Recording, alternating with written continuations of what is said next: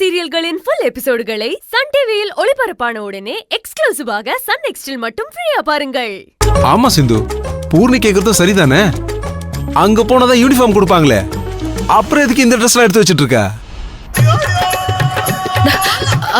ஆமா இல்ல, நான் அத மறந்தே போயிட்டேன் மாமா. ஐயோ விடு. இது தெரியாம இவங்க ட்ரெஸ் எல்லாம் எடுத்து வச்சு தேவையில்லாம திட்டு வேற வாங்கிட்டேன். சாரிக்கா.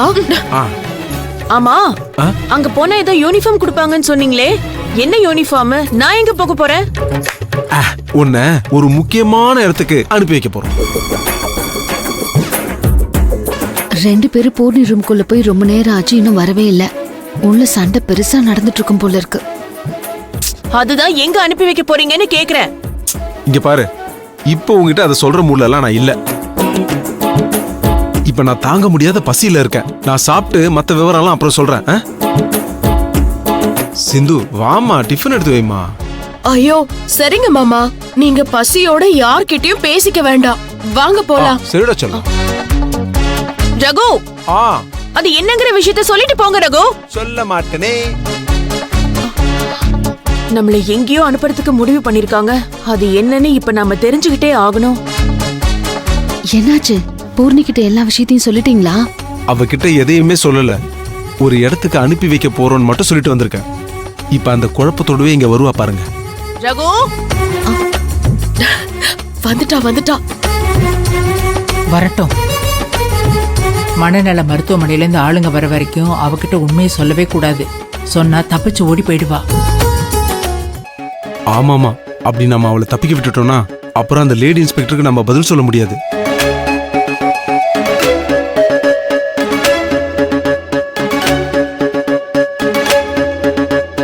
ஏன் செவந்தி, அவங்களே வேன் எடுத்துட்டு வந்துருவாங்களா இல்ல நாம சொல்லணுமா? இல்ல சிந்து, நாம எதுவும் சொல்ல தேவையில்ல. அவங்களே வந்து கூட்டிட்டு போயிடுவாங்க. அவங்களே வந்து கூட்டிட்டு போவாங்கன்னா யார் வந்து யார கூட்டிட்டு போவாங்க? உன்னதாமா? என்ன எங்க கூட்டிட்டு போறாங்க? நீங்களாவது தெளிவா சொல்லுங்க மாமா. நான் சொல்றேன்டி என் செல்லக்குட்டி, இப்படி வா. சொல்லுங்க பாட்டி.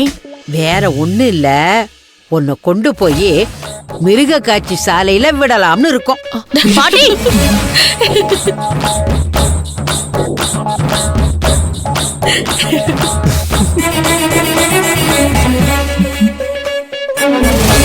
எப்ப பாரு நீ ஒரு மனுஷியாவே இல்லாம கொடூர மிருகம் மாதிரி கரு புருன்னு உரிமிக்கிட்டு இருந்தா எங்க எல்லார் நிம்மதியும் கெடுதில்ல. அதோட ஆளுங்க கைய வேற கடிச்சு வச்சு காயப்படுத்திக்கிட்டு இருக்க. அப்படிப்பட்ட உன்னை இனியும் எப்படி வீட்டுல வச்சுக்க முடியும்? உன்னை பார்த்தாலே எங்களுக்கு ரொம்ப பயமா இருக்கு. அதனாலதான் உன்னை அங்க சேர்த்து விட்டுட்டு நாங்க இங்க நிம்மதியா இருக்கலாம்னு முடிவு பண்ணிட்டோம். கிழவி, என்ன பக்கத்துல கூட்டி வச்சு நக்கல் பண்ணிக்கிட்டு இருக்கியா? இந்த மாதிரி எல்லாம் பேசிக்கிட்டு இருந்த அப்புறம் நான் மனுஷியாவே இருக்க மாட்டேன், பாத்துக்கோ. அதை தாண்டி நானும் சொல்றேன், நீ மனுஷியாவே இல்ல, மிருகமா தான் இருக்கேன்னு. அதனால உன்னை கொண்டு போய் மிருக காட்சி சாலையில சேர்த்து விட போறோம். இங்க பாரு கிழவி, நீ திரும்ப திரும்ப என்ன மிருக காட்சி சாலையில விட போறேன்னு சொல்லிக்கிட்டே இருக்க. நீ சொல்றது எவ்வளவு பெரிய அஃபென்சிவ் ஸ்டேட்மெண்ட் தெரியுமா?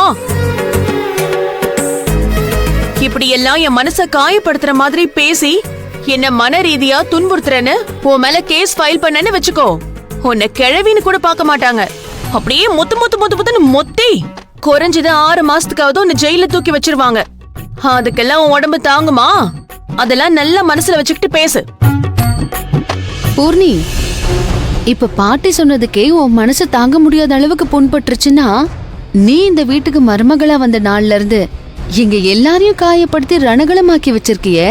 இத சொல்லியே நாங்க மொத்த பேரும் உன் மேல கம்ப்ளைண்ட் கொடுத்தா நீ காலத்துக்கும் வெளியிலயே வர முடியாத அளவுக்கு ஜெயில தான் கிடக்கணும்.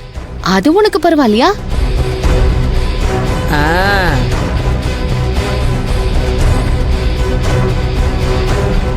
என்ன அமைதியாயிட்ட? செவந்தி கேட்டதுக்கு பதில் சொல்லு. அவளுக்கு நான் பதில் சொல்றதெல்லாம் இருக்கட்டும். எல்லாரும் சேர்ந்து என்னை எங்க அனுப்ப பாக்குறீங்க அத முதல்ல சொல்லுங்க. சிந்து, என்னால இதுக்கு மேல பசியெல்லாம் தாங்க முடியாது. வா கொஞ்சம் டிஃபன் எடுத்து வை, வா. ஐயோ மறந்தே போயிட்டேன் மாமா. வாங்க அத்தை, மாமா, பாட்டி எல்லாரும் வாங்க சாப்பிடலாம். ஆமாம்மா, வாங்க எனக்கு ரொம்ப நேரமா பசிக்குது. வாங்க.